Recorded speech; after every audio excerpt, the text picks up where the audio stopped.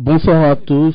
Comme annoncé, un scrutin qui s'annonce très serré avec les différents fuseaux horaires. Il est maintenant certain que les électeurs américains continuent d'accomplir leur devoir civique dans les 50 États américains. Plus de 200 millions, on parle de 215 millions d'électeurs américains qui désignent ce mardi 6 novembre 2012 leur président, qui de Mitt Romney ou de Barack Obama présidera aux destinées du pays pour les 4 prochaines années.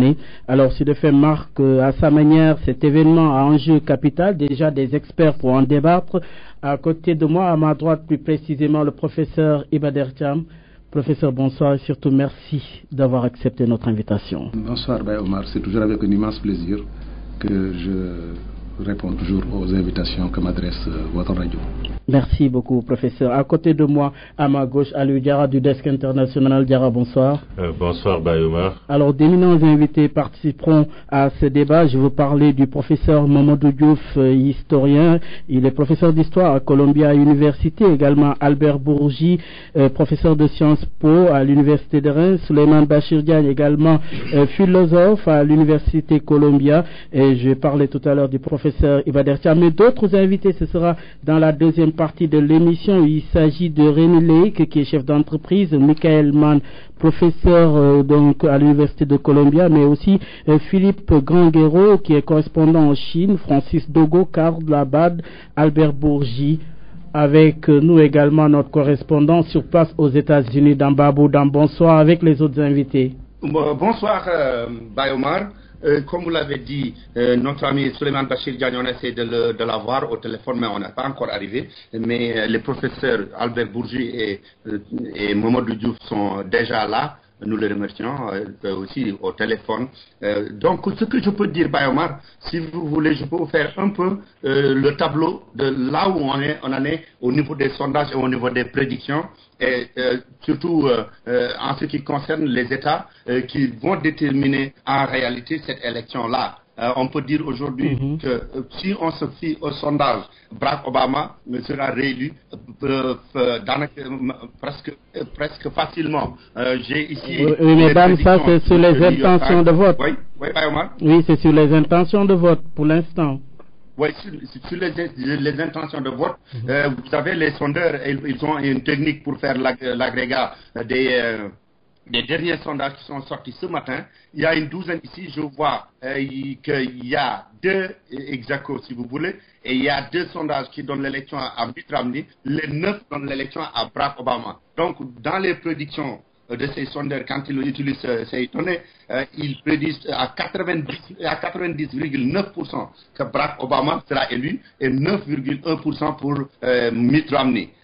Ça, c'est au niveau du collège électoral, parce que vous savez, le système américain est un système particulier. À ce niveau-là, pour avoir l'accord des petits États, les fondateurs de cette république étaient obligés de faire des concessions pour dire que les petits États, on ne va pas vous oublier. C'est pourquoi ils ont conçu ce système de délégués électoraux. Donc aujourd'hui, les électeurs américains ne sont pas formellement en train d'élire le président, ils sont en train d'élire les délégués qui vont élire le président américain. Donc à ce niveau-là, il y a des États qui ne représentent pas beaucoup d'enjeux, parce qu'on sait à l'avance qui va gagner. Pour vous donner comme exemple, le Texas, par exemple, Barack Obama n'y veut même pas. Il n'organise même pas de meeting, il n'organise pas de campagne électorale, parce que sachant que nécessairement c'est un républicain qui va gagner depuis Lyndon Johnson. Ça c'est clair. Pour New York et la Californie, par exemple, Mitt Romney ne va même pas campagne parce qu'il sait qu'il va les perdre. C'est comme ça. Donc les 40 États pratiquement plus la capitale District of Columbia, on sait déjà qui gagne. Maintenant, l'enjeu, ce sont 9 États. Allô? Oui, dame, nous vous entendons, allez-y, dame. D'avoir des interférences. Donc, aujourd'hui, on peut dire qu'au niveau de ces États-là, il y en avait 9. Cet après-midi, donc, les instituts de sondage commencent à dire qu'il y en a 4 qui sont à peu près sûrs qu'ils vont rejoindre le camp de Barack Obama. Donc, sur ce plan-là, c'est là où nous sommes aujourd'hui. Voilà. Oui, Dambabou, merci d'avoir campé véritablement le débat. On sait quels sont les États qui sont des États à enjeu, mais en revenant sur l'histoire électorale des États-Unis avec le professeur Mamadou Diouf. Bonsoir, professeur. Bonsoir. Alors, professeur, le système américain, on sait que c'est un système à deux, mais ici, il y a deux visions complètement différentes qui s'opposent aujourd'hui. Oui, et en fait, Dame Babou a bien campé la situation en expliquant, en fait, le système américain, qui est un système assez compliqué, avec, en fait, un suffrage universel, mais pour élire des délégués, et en fait des délégués qui élisent le président. Mais l'autre aspect qui est un aspect très important, c'est le fait aussi qu'il n'y a pas, si vous voulez, un système électoral national aux États-Unis, mais les systèmes électoraux sont des systèmes électoraux sur la base des États. Ce sont les États qui les organisent. En particulier, ce qu'on appelle les secrétaires d'État, qui sont des secrétaires d'État élus. Et aujourd'hui, l'un des grands enjeux, effectivement, c'est l'enjeu qui est lié au changement démographique américain, qui fait que de plus en plus, en fait, ce qu'on a appelé les minorités, les Africains américains, les Africains qui se sont en fait naturalisés et les Latino-Américains constituent de plus en plus la plus grande base électorale, et c'est une base électorale qui est faite de jeunes alors que la population blanche américaine semble décroître. Deuxième tension, qui est une tension importante, c'est le fait que depuis 2008, en fait, Obama n'arrive pas à effectivement mobiliser ce qu'on appelle, disons, les travailleurs blancs, qui semblent devoir voter en masse pour Romney. Et cette tension devient une tension très très importante, même si la campagne de Obama n'a soulevé des problèmes de race. En fait, les gens qui soutiennent Romney ont constamment sorti, en fait, des questions liées à des préférences raciales. Par exemple, ça a été, disons, l'accusation que Colin Powell le soutenait parce que Obama était noir, alors que Colin Powell est membre du Parti républicain, etc., etc. Donc ces questions-là sont des questions qui aujourd'hui posent le problème en particulier de l'organisation du vote. Et fait comme en Floride, le gouverneur fait tout, mais aussi en Ohio, le secrétaire d'État, ces deux font tout pour qu'il y ait moins de votes des minorités. Et cette question est devenue une question importante. Donc aujourd'hui, on a vu aussi bien le Parti démocrate que le Parti républicain déployer partout des avocats, parce que les combats, en fait, pour qui peut voter, qui ne peut pas voter, à qui on a dénié le vote, etc., sont des questions qui sont résolues au niveau même de chaque État et au niveau de chaque bureau de vote. Et les cas sont réglés instantanément presque. Et cette question est précisément celui qui a démontré quel est le parti qui est le mieux organisé, comme ils disent ici, pour le ground game. Quel est le parti qui a des représentants partout, qui a une organisation très solide pour pouvoir effectivement non seulement amener les gens à aller voter, mais qui est aussi capable de se battre pour les tentatives de suppression du vote, en particulier les tentatives menées par le Parti républicain. Donc, il y a de nouvelles questions par rapport, disons, à ce qu'on pourrait appeler la tradition électorale américaine. Et la question du vote et de qui peut voter et dans quelles conditions est devenue très importante, ce qui fait que dans une certaine mesure, pour un Africain vivant ici, l'Amérique a besoin de monitoring électoral. Mmh. Oui, Mamadou Diouf, voilà qui peut voter et qui doit voter. Alors c'est Campé, mais également Albert Bourgi sur les thèmes qui ont été débattus. Qu'est-ce qui risque de faire la différence aujourd'hui? Moi, je crois que ce que vient de dire Mamadou Diouf résume très bien la situation et montre au fond que cette élection présidentielle, bien sûr, qui se déroule dans un climat général un peu comparable aux autres, aux précédentes, à toutes les autres élections, bien sûr, présidentielles. On sent qu'il y a une mobilisation d'ailleurs qui concerne toutes les strates de la population américaine. Mais ceci dit, c'est vrai que c'est une élection présidentielle qui se singularise par rapport aux précédentes, par les diverses tensions qui sont apparues. Il y a 4 ans, lorsque Obama a été élu, un moment extraordinairement important, les Américains se sont dit pourquoi pas, et peut-être 4 ans après, il y a une certaine couche ou des couches de cette population américaine, tout à l'heure Mamadou parlait des blancs américains, qui se posent sans doute des questions, et c'est vrai aussi que cette élection marque un petit peu l'espèce de prépondérance électorale des minorités. Et c'est vrai que les minorités aujourd'hui sont les plus actives dans cette compétition électorale, et cela se ressent notamment dans l'espèce de clivage, ou les clivages qui apparaissent en tout cas parmi justement au sein des deux camps, et à travers même, et qui traversent même des clivages qui traversent les deux camps républicains et démocrates. Je pense que c'est une élection, certes dans le sillage, dans le prolongement de toutes les compétitions électorales aux États-Unis, singulière, on l'a dit, complexe, mais c'est vrai aussi que c'est une élection peut-être, semble-t-il, en tout cas c'est ce que moi personnellement je perçois, assez particulière, parce que c'est vrai que on va essayer on saura en tout cas si l'Amérique est prête au fond à admettre que tous les électeurs donc sont concernés par cette élection présidentielle. Bien évidemment, c'est le cas électoralement ou numériquement parlant, mais tous les électeurs sont concernés, notamment politiquement. Professeur Iba Der Thiam, au vu de toutes ces réactions, que peut-on retenir? On sait que c'est une élection à enjeu, mais le regard de l'Africain, Obama et l'Afrique, que doit-on retenir par rapport à cette échéance? Je voudrais, en ce qui me concerne, après avoir présenté mes meilleurs sentiments à mes collègues qui se sont exprimés, dire que, en ce qui me concerne, je considère personnellement que l'élection qui se déroule sous nos yeux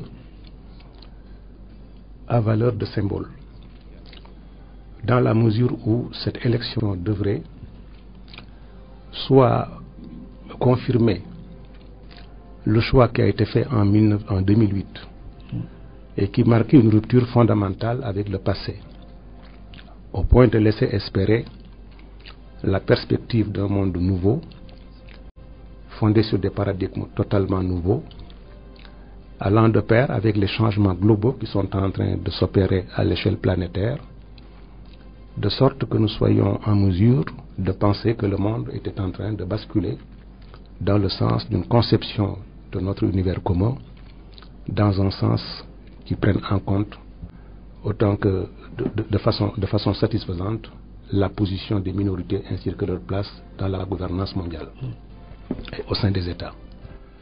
Si aujourd'hui les États-Unis donnent leur préférence à Rodney, il ne fait pas de doute que cela marquera une rupture. Ce sera la preuve que ce qui s'était passé en 2008 était une sorte de parenthèse historique qu'il faudra rapidement refermer. Au moment où des changements profonds sont en train de s'opérer en Europe, dans l'ordre économique avec les bouleversements profonds que nous avons connus, dans l'ordre politique avec la montée de la droite et de l'extrême droite dans un certain nombre de pays, la recrudescence du racisme et de l'exclusion, ce ne sera pas en harmonie parfaite avec les changements qui se sont opérés dans le monde arabe, avec ceux qui sont en train de s'opérer actuellement, avec toutes les mutations que nous avons eu à enregistrer en Afrique et en Asie, où des pays anciennement considérés comme des dictatures féroces ont finalement accepté de s'ouvrir vers le monde moderne.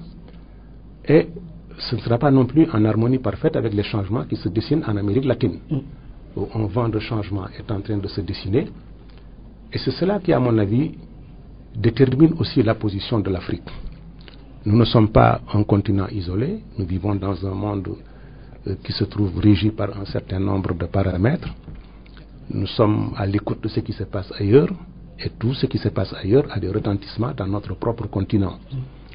Le continent africain, en ce qui le concerne, a, à mon avis, eu dès le départ une position qui était extrêmement naïve, en pensant que l'arrivée d'Obama serait le point de départ d'une politique américaine totalement nouvelle dans notre continent.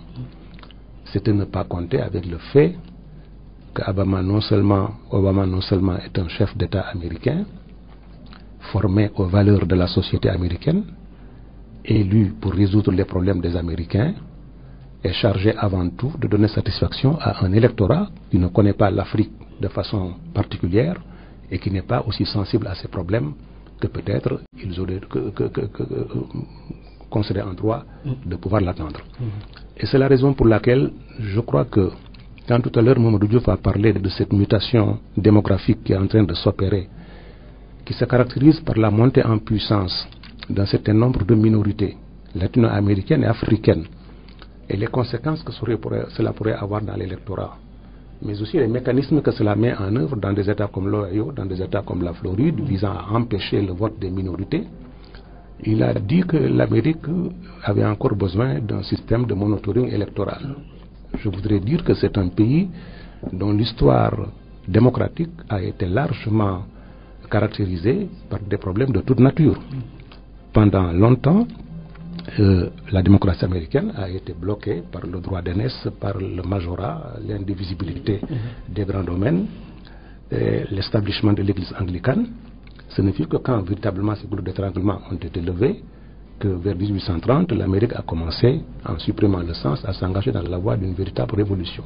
Mais vous savez parfaitement tout ce qui s'est passé après, les guerres qui ont eu lieu, les crises qui ont secoué ce pays, et depuis, une relative stabilité s'est établie. Mais le fait que ce soit un melting pot dans lequel se trouvent des gens venant de tous les horizons fait également que c'est un problème dans lequel le communautarisme joue un rôle particulièrement important.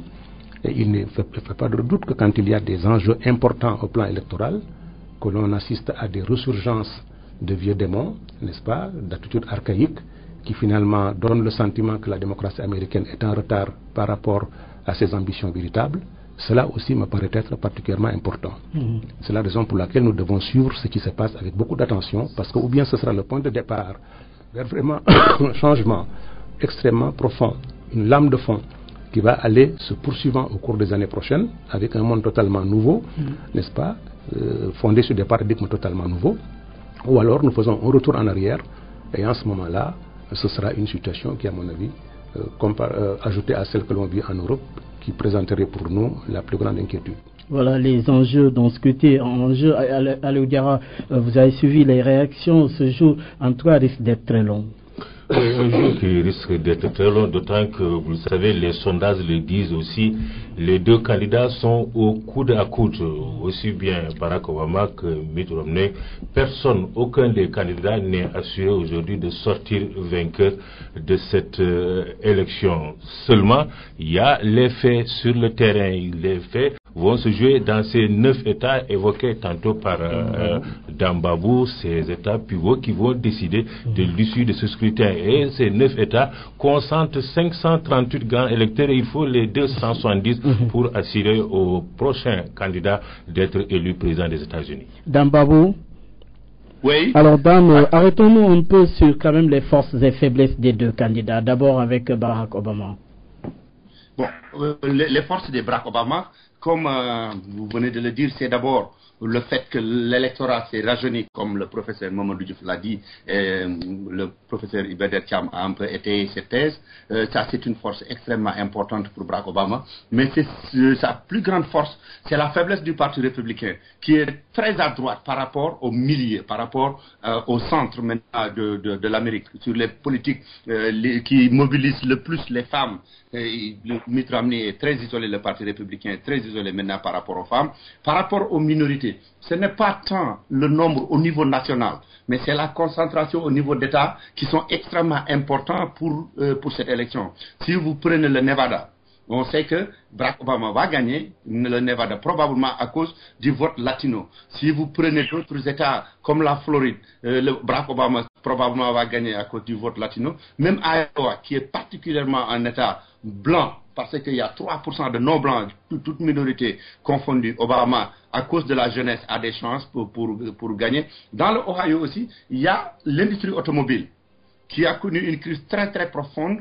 Et Mitt Romney avait pris une position radicale qui est de laisser Detroit aller en banqueroute et se débrouiller comme elle peut cette industrie-là. Et ça fait très mal au niveau de Ohio. Et Wisconsin, c'est un État qui a toujours été gagné par les démocrates. Là aussi, ce sont les forces, les faiblesses de Barack Obama. Comme vous dites, il y a un certain ressentiment. Le professeur Mamadou Diop a fait allusion à ça tout à l'heure. Le professeur Bourgi aussi a fait allusion à ça. Il y a toujours les cols bleus, comme on les appelle ici, les blancs à revenus modestes, ils ont des problèmes, ils sont des ruraux et ils sont moins éduqués. Et cette catégorie-là a vraiment un problème psychologique à rompre avec le vote blanc unanime au niveau du Sud.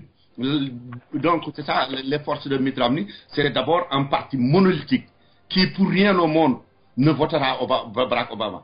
Quand on a fait quand les instituts de sondage ont posé la question, pourquoi vous votez pour votre candidat, 8 sur 10 des électeurs de Barack Obama ont dit qu'on vote parce qu'on aime notre candidat. Par contre, 6 sur 8 pour Mitt Romney, ils ont dit qu'on vote parce qu'on n'aime pas Barack Obama. Mitt Romney, donc, sa faiblesse, c'était aussi, son parti ne l'aimait pas du tout, son parti ne lui faisait pas confiance, mais il se trouve que il n'y avait que lui qui restait de last man standing, comme ils disent. Il est là depuis 6 ans à mener une campagne électorale. Donc sa force, c'est un parti très uni et avec beaucoup d'argent. Ça, c'est aussi forte pour moi. Ok. Alors, Mamadou Diouf, sur les forces et faiblesses, qu'est-ce qui risque de faire la différence pour vous? En fait, aujourd'hui, deux choses risquent de faire la différence.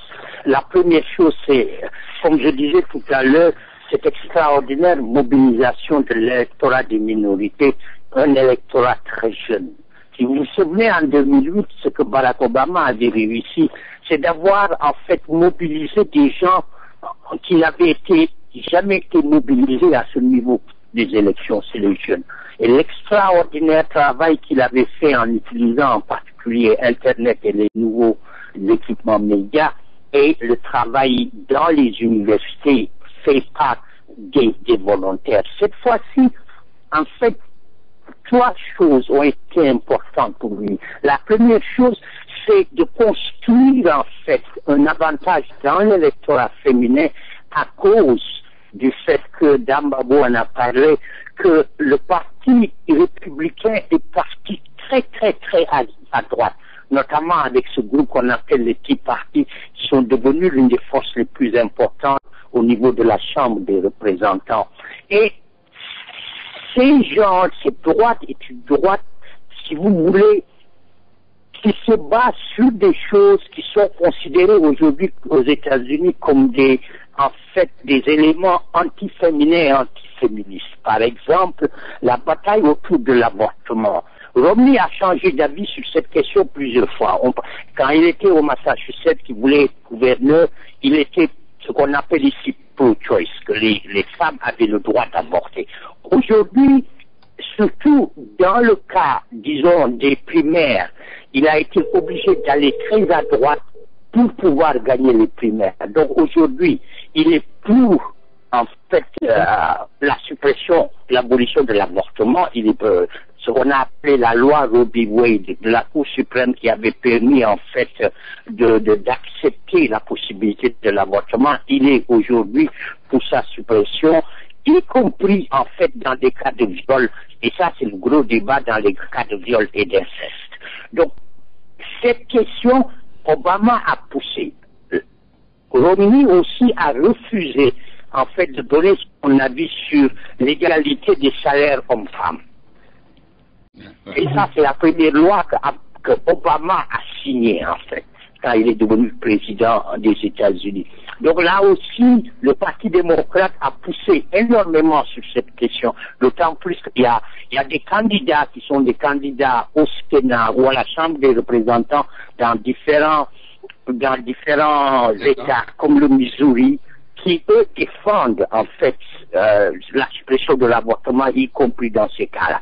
Donc, il y a un avantage de Obama chez les femmes, il y a un avantage chez les jeunes, il y a un avantage chez certains travailleurs, surtout de ce qu'on appelle le Midwest, c'est-à-dire Ohio, Michigan, Illinois, parce qu'il a poussé à sauver l'industrie automobile, et ça c'est un avantage, le petit avantage qu'il a dans l'électorat blanc.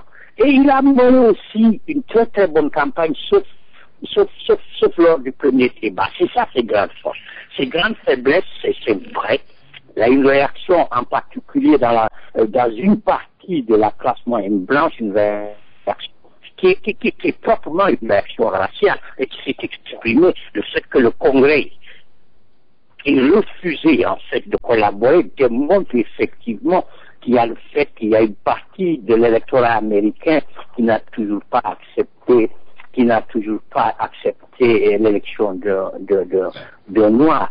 Dans son propre temps, sa faiblesse, c'est que les grands espoirs qu'il avait soulevés sont des espoirs qui n'ont pas été, en fait, certains de ces espoirs n'ont pas été transformés. Et une partie de ce qu'on appelle la gauche américaine, qui est une gauche libérale et plus ou moins une gauche qui a exprimé à un moment une certaine déception, mais aussi les gens qui pensaient qu'ils allaient pousser en fait à la résolution ou au début en fait de négociations positives, disons dans le Moyen-Orient. La plupart des gens aussi ont été déchus parce qu'il y a eu aucun progrès. Par contre, pour les guerres américaines, là aussi, il a été capable en fait de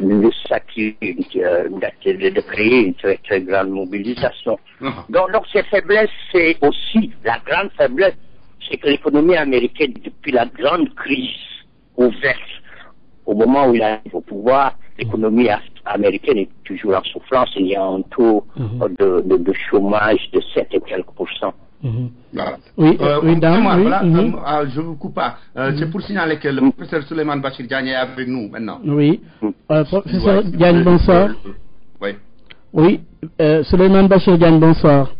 Oui, bonsoir. Oui, mais Souleymane Bachir Diagne, c'était peut-être pour vous poser la question en attendant de revenir en profondeur. C'est sur la crise américaine. Quel peut être l'impact de la crise sur la société américaine? Oui, permettez-moi de prendre une seconde pour saluer notre auditoire et saluer mes collègues et amis qui sont avec nous, vous présenter mes excuses pour cette absence momentanée au début. Alors, si nous regardons l'impact de la crise, évidemment, cet impact porte davantage que la candidature d'Obama. J'ai pu entendre les dernières paroles de mon ami Mamadou Diouf. Il a parfaitement raison. Un chiffre, par exemple, c'est le chiffre du chômage. Évidemment, et c'est sur ce bilan-là que le candidat Romney a mis l'accent, surtout dans les derniers jours de sa campagne. Obama a hérité d'une situation absolument désastreuse lorsqu'il est arrivé à la présidence des États-Unis. Il n'a pas totalement sorti le pays de cette situation. Il a fait ce qu'il pouvait, les chiffres se sont fortement améliorés, mais toute la question est de savoir s'ils se sont améliorés suffisamment pour indiquer une direction qui donne confiance à l'électorat américain. Le chiffre qu'il faut avoir en vue, évidemment, étant celui du chômage. C'est celui qui mesure l'ampleur de la crise. Alors, professeur Ibader Thiam, alors beaucoup d'avantages pour le candidat Obama, mais alors pour ce qui est de Romney, il peut faire la différence également. Je pense qu'avec le conservatisme, l'électorat conservateur, tout ça, je pense qu'il faut tenir compte quand même de cette donne-là. Bon, je ne vis pas aux États-Unis et il ne ferait pas de doute que quelques-uns des membres de ce prestigieux panel connaissent la situation des États-Unis mieux que moi.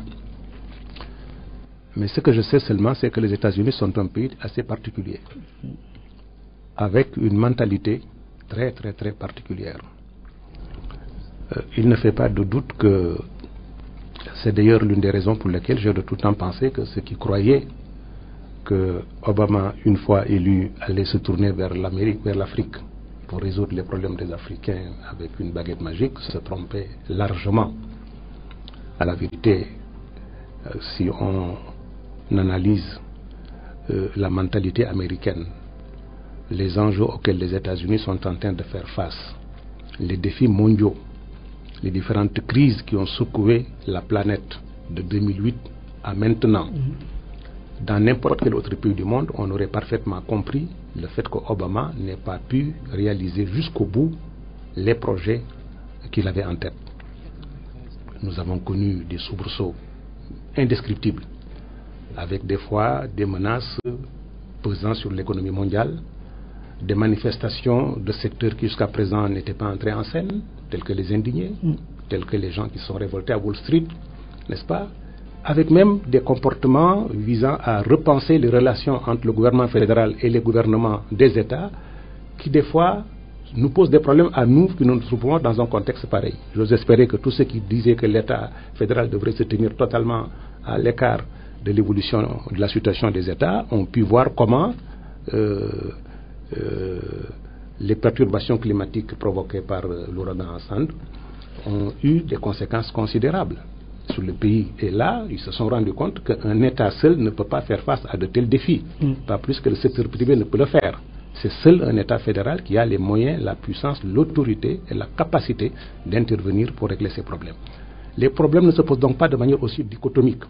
Mais là-bas, nous sommes dans un pays où apparemment les gens posent les problèmes de façon extrêmement dichotomique. Et c'était cela aussi qui était apparu dans le discours qu'Obama avait tenu en Afrique, quand il est venu en disant que l'Afrique avait beaucoup plus besoin d'institutions fortes que d'hommes forts. À la vérité, c'est un faux problème. C'est un faux problème. L'Afrique a besoin à la fois d'institutions fortes, mais aussi d'hommes forts.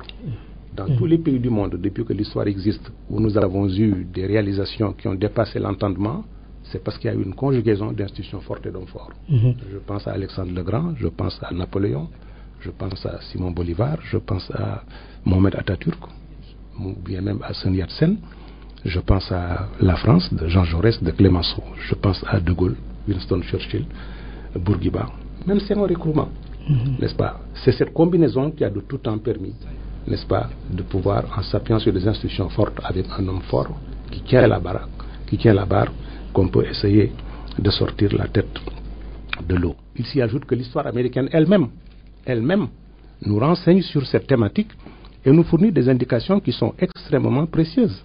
Parce que si Washington et Franklin n'avaient pas donné aux États-Unis l'orientation qu'ils lui ont donnée, sous la forme de ces personnages historiques que nous connaissons, qui avaient une réputation mondiale, une intelligence et une vision du monde qui a servi les desseins de l'Amérique, on n'en serait pas aujourd'hui là.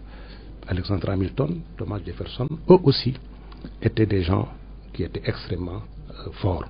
C'est la raison pour laquelle j'aurais pu en dire autant de Monroe, qui, en mettant en œuvre la doctrine de Monroe, a sauvé la révolution bolivarienne, qui déjà était face à la quadruple alliance en 1814, qui envisageait de recoloniser purement et simplement l'Amérique latine et de venir redonner aux pays européens leur place.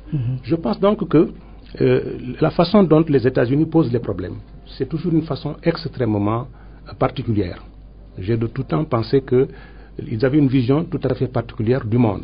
Je vous donne un exemple très précis. Quand j'ai été invité en 1974 ou 1975-16 aux États-Unis, j'ai été dans une des universités les plus prestigieuses, dans un centre d'études américaines. Le responsable du département d'État m'a demandé d'où je venais. J'ai dit que je venais de Dakar. Il m'a demandé où se trouvait Dakar par rapport à Dar es Salaam. Ça montre à quel point l'Afrique n'intéressait pas tellement les deux extrêmes. Les deux extrêmes. Vous voyez. Alors je voudrais donc pour cela dire que, à la vérité, il a des atouts. Parce qu'en exerçant le pouvoir, on a la possibilité de disposer de leviers de commande sur lesquels on peut agir. La décision qu'il a prise sur la santé est une décision extrêmement importante. Il a pris d'autres décisions pour sauver l'industrie automobile. C'est un acquis extrêmement précieux. Il a amélioré l'image de marque des États-Unis à travers le monde. Incontestablement, l'image que Bush avait laissée est une image qui était relativement négative. Il a pu également donner des États-Unis une image beaucoup plus rassurante.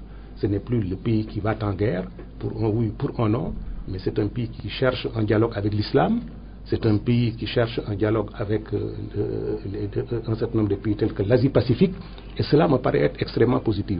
Maintenant, il est desservi par la crise économique, les effets de la crise économique, les problèmes internes américains qui constituent des obstacles difficiles à surmonter.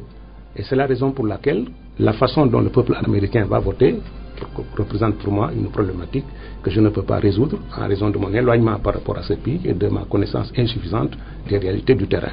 Dan, par rapport aux orientations dégagées par le professeur Iba Der Thiam sur la crise économique, est-ce que ça peut influer, ça peut donner un impact par rapport au vote?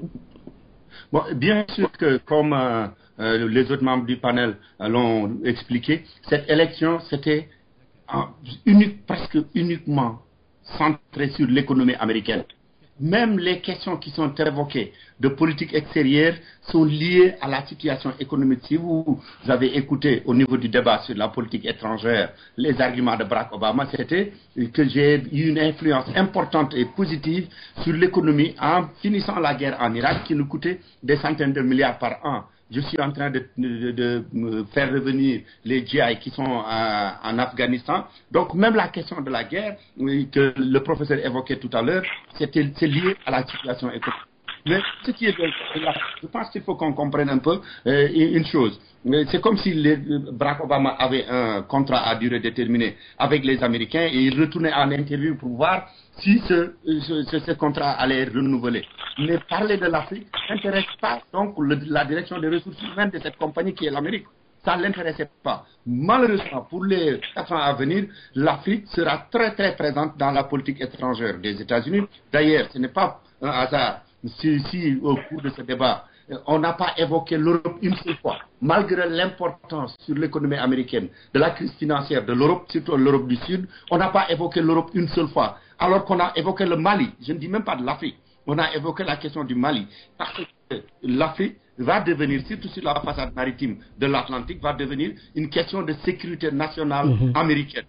Parce que quand il n'y a pas d'État qui tiennent sur cette façade maritime, ce sera comme ce qui se passe avec la Somalie, l'océan Indien, l'océan Atlantique va devenir un océan infesté de pirates. Donc, comprendre que l'histoire de l'Amérique, c'est que c'est la seule grande puissance qui n'a jamais eu de guerre sur sa terre avec une autre puissance ou avec un autre pays, à part les quelques attaques durant la Deuxième Guerre mondiale. Donc, ce qui se passe à l'extérieur, du point de vue de la psychologie des Américains, n'a pas vraiment d'importance. Les autres puissances, que ce soit de la Chine qui a eu une guerre avec le Japon très longue, que ce soit de l'Europe qui a grandi dans des guerres interminables, donc ce qui se passe ailleurs les intéresse.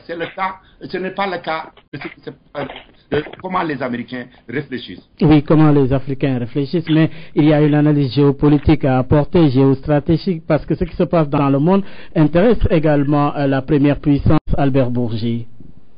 Oui, bien évidemment, les États-Unis sont présents, leur place sur l'échiquier mondial est bien sûr centrale, et les États-Unis ne peuvent pas du tout se désintéresser de ce qui se passe un petit peu partout. Par contre, ce qu'on a déjà constaté depuis quelques années, mais nos amis qui sont aux États-Unis devraient le confirmer, je pense, c'est en fond un intérêt certes, mais ne pas être nécessairement en première ligne. On a vu notamment les États-Unis être en retrait, par exemple en Libye, laisser les pays européens qui étaient impliqués, laisser l'OTAN, laisser la France, laisser le Royaume-Uni intervenir directement. Et certes, les États-Unis soutenaient cette politique, sans aucun doute, cette politique interventionniste en Libye, sur la base, il faut le rappeler quand même, de résolutions qui étaient elles-mêmes bizarrement quand même interprétées par les pays membres, enfin les pays occidentaux membres du Conseil de sécurité. Les Américains sont restés en retrait.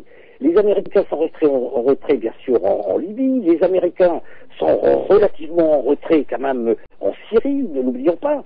Pour autant, c'est la puissance, bien évidemment, planétaire. Ce n'est plus l'hyperpuissance en tant que telle. C'est vrai que l'Amérique, elle est là avec sa dimension planétaire, sa dimension stratégique, mais l'Amérique doit compter désormais peut-être aussi avec d'autres pays, avec d'autres puissances. Et on l'a vu, notamment en ce qui concerne, puisque j'évoquais il y a un instant la Syrie, on a vu que les États-Unis d'Amérique semblent être plus en coordination, agir en coordination avec la Russie, en explication avec la Russie, en concertation avec la Russie, ou de se soumettre, par exemple, à l'attitude plus belliqueuse, disons les choses comme elles sont, des pays occidentaux, des pays européens occidentaux. Donc je crois que l'Amérique, elle est ce qu'elle est, et je pense qu'en matière de politique étrangère, sans doute qu'Obama a complètement bouleversé ou changé, au bon sens bien évidemment, l'image de l'Amérique au cours des 4 dernières années. N'oublions pas que cette image dévastatrice et ravageuse qu'a offert en tout cas la guerre en Irak en 2003. Donc Obama a incontestablement transformé l'image des États-Unis d'Amérique dans le monde, en Afrique par exemple, sans pour autant, c'est vrai aussi que la politique américaine ait eu une incidence directe sur, par exemple, le continent africain. C'est vrai que le discours d'Accra était un discours exceptionnel. Mais il n'y a pas eu nécessairement les retombées que l'on pouvait attendre. Dame Babou évoquait le Mali, c'est vrai.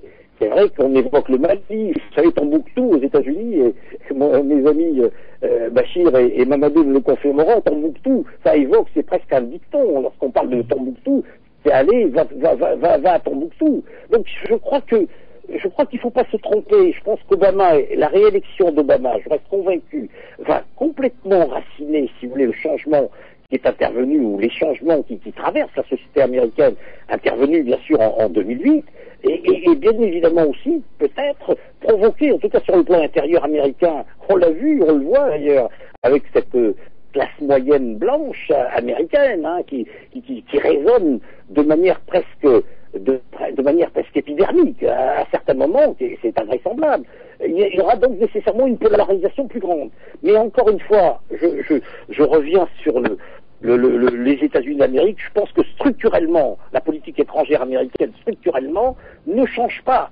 C'est le style, c'est la forme, mais dans le fond, on a toujours les mêmes blocs stratégiques. Le bloc stratégique de l'Israël, il est là, quel que soit le président des États-Unis.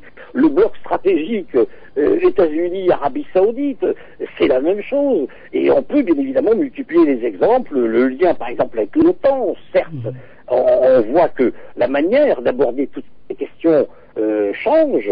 On le voit notamment à propos d'Israël, Obama ayant tenté un certain nombre de choses, mais pour autant, fondamentalement, il y a des points fixes de la politique étrangère et qui passent, n'oublions jamais, par le fait que les Américains n'accepteront jamais, par exemple, de se faire à travers le multilatéralisme, une quelconque décision qui serait contraire à ce qu'ils appellent eux-mêmes les intérêts supérieurs des États-Unis. Voilà qui est dit alors entre Mamadou Diouf et Souleymane Bachir Diagne sur la société américaine. Dites-nous les deux. Alors finalement, qui de Mitt Romney ou de Barack Obama a réussi à faire épouser sa vision à la société américaine au vu de cette campagne électorale? Mamadou? En fait, la grande difficulté, et je pense que Bachir sera d'accord avec moi, c'est qu'on ne sait pas ce que Mitt Romney pense. Je pense que l'une des plus grandes, en fait, révolutions qu'il y a eu dans ce pays au cours d'une campagne électorale, c'est de se trouver face à quelqu'un qui déjà a été capable, sans en payer le prix, de refuser de montrer, en fait, sa feuille d'imposition, alors que c'est son père qui a établi la règle de la présentation au moins sur 10 ans de la feuille d'imposition. Il a refusé en disant qu'il ne va pas le montrer, qu'il va montrer que 2 ans, parce que s'il montre le reste, on va l'attaquer. Et la grande suspicion, c'est que probablement il y a eu des années où Mitt Romney n'a pas payé des impôts, mais aussi parce qu'il a énormément d'argent placé dans les paradis fiscaux. Donc il a été capable de résister cela. Deuxième chose qu'il a été capable de faire, c'est de changer totalement de position sur beaucoup de choses. Et quelquefois, du jour au lendemain, sur l'avortement, il a changé de position sur ce qu'on a appelé le Obamacare, c'est-à-dire la question de l'assurance maladie. Il a changé de position, et même lors du dernier débat sur les questions, disons, de politique étrangère, il a collé à Obama, alors que, et c'est ce que Albert disait, c'est très important, c'est vrai que, et le professeur Ibader-Kam, c'est vrai que, en fait, ce qu'Obama a amené, c'est cette image rassurante et très peu belliqueuse de l'Amérique. Alors que ce qu'il Romney appelle cette position de Obama quelqu'un qui est toujours en train de présenter des excuses, ce qu'il a appelé the apologizing to the world.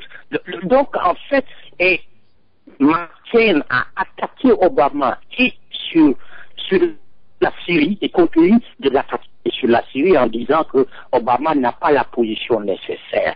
C'est-à-dire, Obama devrait attaquer, si vous voulez, disons, la Syrie. Donc, les questions de politique étrangère sont intéressantes parce que ce que Obama a continué à dire, c'est qu'il faut montrer un autre visage de l'Amérique, mais surtout, il faut que l'Amérique n'intervienne plus, disons, de manière solitaire. Qu'il faut constamment créer des coalitions sur des questions. Sur l'Iran, c'est sa position. sur la Syrie. C'est sa position, c'était sa position aussi sur la Libye. Et je pense que sur le Mali aussi, la discussion ici est une discussion importante. Mais ce que disait aussi Dambabo est vrai, les Américains ne s'intéressent pas beaucoup à la politique étrangère, sauf quand il y a des trucs spectaculaires. Mais au fond, tout le monde dit que même s'il y a des débats houleux sur ces questions, ça n'a pas d'impact sur la manière dont les Américains votent. Mais je pense que si Obama a un nouveau mandat, les choses vont complètement changer. Il va être beaucoup plus proactif. En particulier, il va développer, je pense, une politique dans l'Atlantique. L'Atlantique va devenir très, très, très importante. Et les pays du pourtour atlantique, y compris les pays africains, en particulier les pays africains de la côte, parce qu'il y a là aussi la question du pétrole et la question de l'accès aux ressources pétrolières, mais aussi le Pacifique. Parce que l'Amérique a conscience qu'elle n'est plus la très très grande puissance qui était unique après la chute du mur de Berlin. Aujourd'hui, l'Amérique est dans une certaine mesure une puissance qui est en décadence face à la montée de la Chine. Et la grande question, c'est quel est le président américain qui serait capable effectivement de retourner cette situation. Et c'est là où Obama est peut-être le plus important et le plus influent, en disant qu'aujourd'hui, ce qui est important pour l'Amérique, c'est de recréer une base scientifique, la recréation des écoles et un enseignement en sciences et en technique, un investissement très très fort dans la recherche, et ça il a continué à en parler, un investissement très fort dans les infrastructures et un investissement très fort dans les nouvelles énergies. Et ce package est vraiment un package qui ouvre une vision de l'Amérique dans le futur. Et c'est ça qui l'oppose à la vision, disons, qui est la vision de Romney, comme il dit, qui est une vision qui va entraîner l'Amérique à retourner en arrière la politique de Bush et les conséquences de cette politique. Souleymane Bachir Diagne. Oui, alors, un mot sur la vision de Barack Obama en ce moment. Par rapport à la société américaine, oui. Son slogan connu à travers le monde entier, c'était Yes We Can. L'idée que sa candidature signifiait l'ouverture de possibilités. Maintenant, si vous prenez le slogan de sa campagne, c'est Forward. Forward, continuer à aller de l'avant.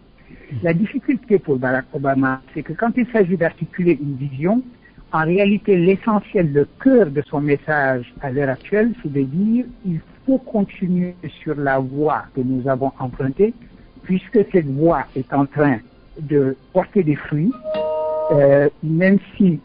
Allô? Oui, allez-y, professeur. Voilà. Même si ces fruits ne sont pas encore très nets, très nettement visibles, mais en tout cas, il faut continuer à aller de l'avant, il faut continuer la politique que nous avons menée jusqu'à présent, puisque c'est elle qui va nous sortir de la crise et nous permettre d'affronter le futur. C'est une position difficile à avoir dans une période de crise, parce que cela commande que ceux à qui on s'adresse aient confiance, commencent effectivement à mesurer les progrès accomplis et puissent se dire ces progrès vont nous mener en dehors de la crise. Parce qu'il est très facile pour son adversaire en face de dire en réalité c'est la voie qui a été suivie jusqu'à présent qui n'est pas la bonne, on recommence, on fait autre chose. C'est la raison pour laquelle d'ailleurs le camp Obama insiste beaucoup sur le fait que la politique proposée par Mitt Romney consiste simplement à revenir à la politique de George Bush pour l'essentiel, une politique de dérégulation, une politique qui consiste à laisser libre cours aux appétits de Wall Street, et c'est cette crise et c'est cette politique qui a amené la crise financière puis la crise économique telle qu'on l'a connue. Donc voilà la difficulté pour Obama. Il faut à la fois dire on ne change pas, on continue, Et je vous prie de croire que les résultats qui ont déjà été obtenus vont nous permettre de sortir de la crise dans le futur. Et pour cela, il faut faire attention à une chose, il faut insister sur le fait que Obama a la chance d'avoir dans son camp quelqu'un comme Bill Clinton. Cette explication consistant à dire qu'il faut tenir le cap.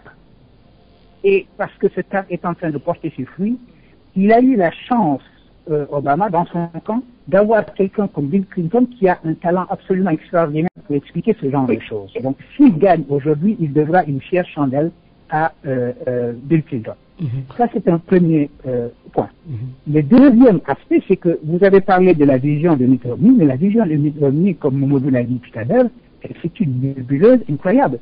Mitt Romney a réussi un coup qui consiste à être passé d'une droite assez extrême pendant les élections primaires à une position centriste, mais une position centriste pratiquement vers la fin de la campagne électorale. C'est d'ailleurs la raison pour laquelle, dans le premier débat, il avait complètement désarçonné Barack Obama parce qu'il était devenu un nouveau Mitt Romney par rapport à celui qu'il était pendant la campagne électorale. Donc, il n'a pas véritablement de vision. Tout le monde a dit, enfin, les observateurs attentifs, les journalistes ont dit que la proposition d'imposition, par exemple, qui est la sienne, n'a pas de sens, n'a pas grand sens, mais Mitt Romney essaie de naviguer sur la crise telle qu'elle est, en se présentant comme le businessman qui fait créer des emplois, etc. Donc, ça n'est pas véritablement une vision qu'il est en train d'articuler. Je voudrais simplement dire un mot sur la politique étrangère que mes amis ont évoqué tout à l'heure. C'est vrai, il faut bien voir que l'Amérique est lasse des guerres en ce moment. Elle est en train de sortir péniblement de la guerre d'Afghanistan, qui a été l'une des guerres les plus longues qu'elle ait connues dans son histoire. Donc, il n'y a pas beaucoup d'appétit, je dirais, en ce moment, pour la politique étrangère, parce que la politique étrangère signifie ce genre de choses. Et Albert a rappelé tout à l'heure que, d'ailleurs, dans les dernières interventions, qu'il s'agisse de la Libye ou aujourd'hui de la Syrie, l'Amérique est en train d'inventer cette formule qui consiste à diviser, mais à diviser depuis l'arrière. Ça, c'est un aspect. Le deuxième aspect, et Albert l'a évoqué tout à l'heure, c'est Israël. Israël, quand il s'agit de la politique électorale américaine, ce n'est presque pas une question de politique étrangère, c'est presque une question intérieure. Israël est véritablement une question interne à l'Amérique, et ça, c'est l'aspect le plus important qui est intervenu dans la campagne. Et d'ailleurs, très récemment, le premier ministre israélien, Benjamin Netanyahu, qui ne portait pas Barack Obama dans son cœur, a eu une intervention sur l'Iran qui essaye de mettre en difficulté Barack Obama, ce que d'ailleurs l'ancien premier ministre Olmert lui a rappelé. Voilà. Oui, voilà qui est dit. Mais professeur Ibader Thiam, on le voit, selon les explications, les États-Unis ne s'intéressent d'abord qu'à leur pays. Finalement, par rapport à l'Afrique, en termes de perspective, comment l'Afrique doit tirer les enseignements de ce qui se passe aujourd'hui aux États-Unis? Écoutez, Bayomar, moi j'ai la conviction extrêmement profonde que la position des États-Unis vis-à-vis de l'Afrique va changer de manière substantielle au sortir de ces élections. Il y a d'abord le fait que le contexte mondial dans lequel nous sommes est un contexte de compétition internationale à vaste échelle. Le centre de gravité s'est déplacé maintenant vers l'Asie. Et les États-Unis eux-mêmes sont en train de chercher à construire un partenariat avec l'Asie-Pacifique. Mais ce partenariat avec l'Asie-Pacifique ne peut pas laisser de côté l'Afrique. Parce que l'Afrique est un continent qui compte non seulement 53 États, mais qui aujourd'hui totalise une population d'1 milliard d'habitants. Ce milliard d'habitants va être porté à 2 milliards en l'an 2050. Or, la population d'un pays, c'est sa force principale. Contrairement à ce qu'on enseigne depuis Malthus, un individu, ce n'est pas seulement un tube digestif que l'on doit nourrir, c'est des bras qui travaillent, c'est un cerveau qui pense. Et la perspective de voir l'Afrique arriver dans quelques années à une population de 2 milliards d'habitants en fait l'un des enjeux les plus importants dans le futur qui s'annonce devant nous. Il s'y ajoute que l'Afrique dispose de matières premières stratégiques parmi les plus importantes. Sa production de pétrole représente à peu près le quart de la production mondiale. Je passe sur ses gisements de gaz, de fer, de bauxite ou bien de phosphate, d'uranium, de manganèse, de cuivre, de cobalt, de zircon, mais également d'or, de diamant, de phosphate, d'uranium, de manganèse, de platine, etc. Sans compter ses ressources halieutiques importantes, ses ressources forestières importantes, sans compter également le fait que l'Afrique bénéficie d'un intérêt croissant des pays qui sont considérés aujourd'hui comme ceux qui portent la croissance mondiale.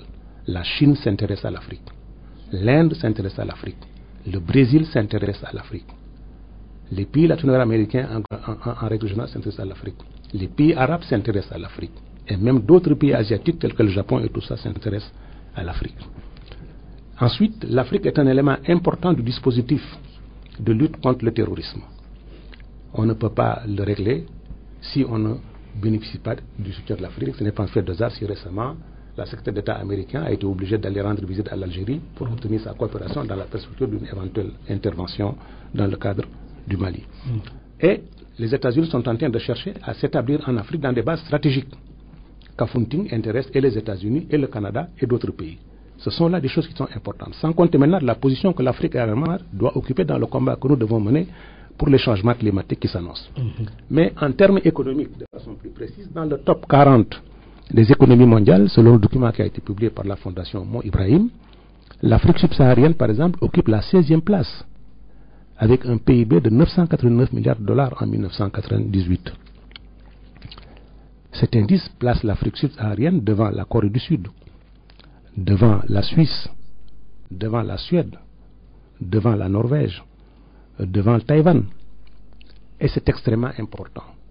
Mais au même moment, le poids de l'Afrique dans l'économie mondiale prend une place de plus en plus importante parce qu'entre 1991 et l'an 2009, l'Afrique avait une moyenne de croissance de 5,9%, largement au-dessus de la moyenne mondiale, qui elle-même était de 3,35% contre 1,35% pour les pays industrialisés.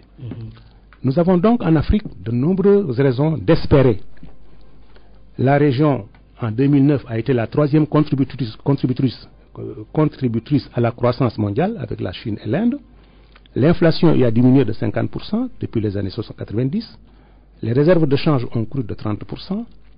Les finances publiques ont enregistré un excédent de 2,8% du PIB, comparé à un déficit de 1,4% dans les années 2000 à 2005. Et le taux d'épargne est estimé entre 10 et 20%. Par conséquent, nous avons des atouts à faire valoir. Et ces atouts à faire valoir, ça ne peut pas laisser les États-Unis indifférents. Parce que quand les grandes puissances mondiales telles que la Chine, telles que l'Inde, telles que les autres viennent vers nous pour tenter de nouer des partenariats avec nous, les États-Unis ne peuvent pas se tenir en dehors de ce processus. S'ils le font, ils perdent, à mon avis, un atout de taille qui, en fin de compte, va les fragiliser et les placer à la périphérie de l'économie mondiale. C'est la raison pour laquelle nous devons être conscients de cela, conscients de ces enjeux, faire valoriser tout ce que nous avons comme atout et essayer de faire en sorte que nous puissions nous en servir comme élément de négociation pour faire occuper à notre continent une place dans la situation mondiale. Nous n'avons donc pas à nous inquiéter de penser que l'Afrique... Pas de complexe. Non, il n'y a pas de complexe. Personne ne peut se passer de nous. Je le dis et je le répète, personne ne peut se passer de nous. Nous sommes devenus aujourd'hui un continent incontournable. Toutes les nations du monde, parmi les plus importantes, sont en train de taper à notre porte. C'est ce que Hollande a dit ici à Dakar devant l'Assemblée nationale. N'est-ce pas? Par conséquent, nous devons prendre conscience de cela et voir quel type de partenariat nous allons établir avec le monde développé pour pouvoir avoir un partenariat gagnant-gagnant.